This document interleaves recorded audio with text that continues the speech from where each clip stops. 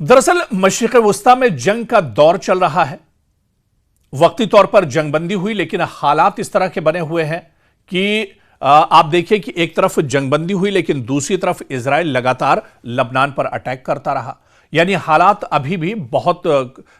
कशीदा बने हुए हैं। लेकिन इस बीच आपको बताते चलें कि साल 2019 में रूस के साथ ईरान का एक मुआहिदा हुआ था और उस मुआहिदे के तहत अब रूस अपने जो डिफेंस सिस्टम है वो एक तरह से ईरान के हवाले कर रहा है। दरअसल ये टाइमिंग ईरान के लिए बहुत अहम है और जो कदम रूस की तरफ से उठाया जा रहा है ये भी कहीं ना कहीं इससे एक बड़ी ताकत ईरान को मिलने जा रही है, क्योंकि साल 2019 का मुआहिदा रूसी एयर डिफेंस सिस्टम ईरान के हवाले कर दिए गए हैं। यह बड़ी खबर आ रही है।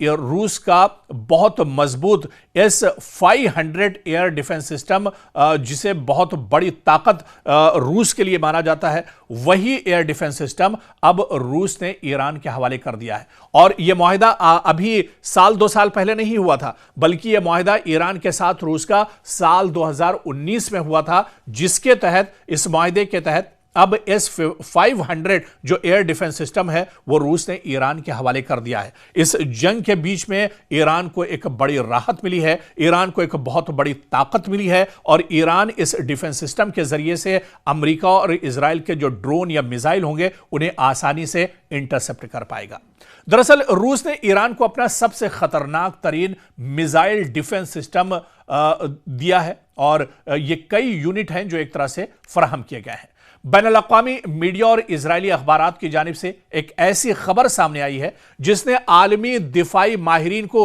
हैरत में डाल दिया है।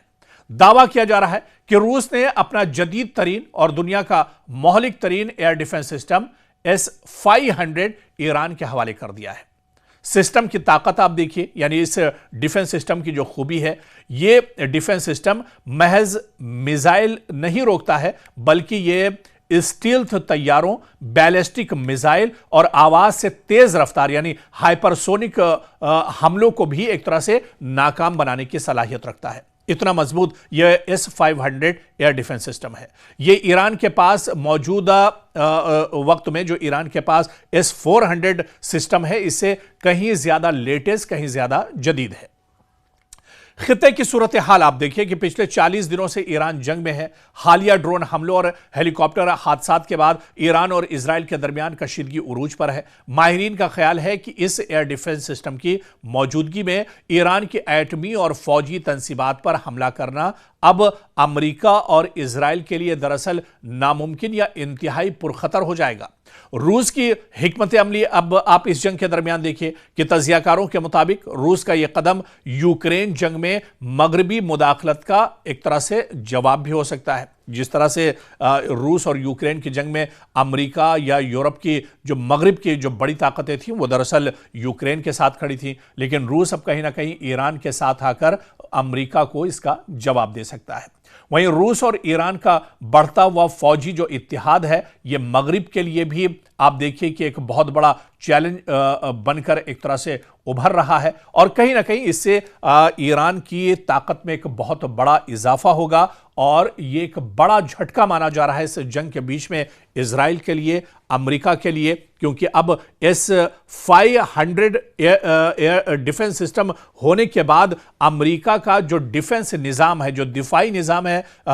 ईरान का, वो अब और कहीं ज़्यादा एक तरह से मजबूत हो जाएगा, क्योंकि ईरान के पास इससे पहले जो दिफाई निज़ाम S-400 था उसके मुकाबले में S-500 कहीं ज़्यादा लेटेस्ट है और इसमें कई बड़ी खूबियां हैं जिसे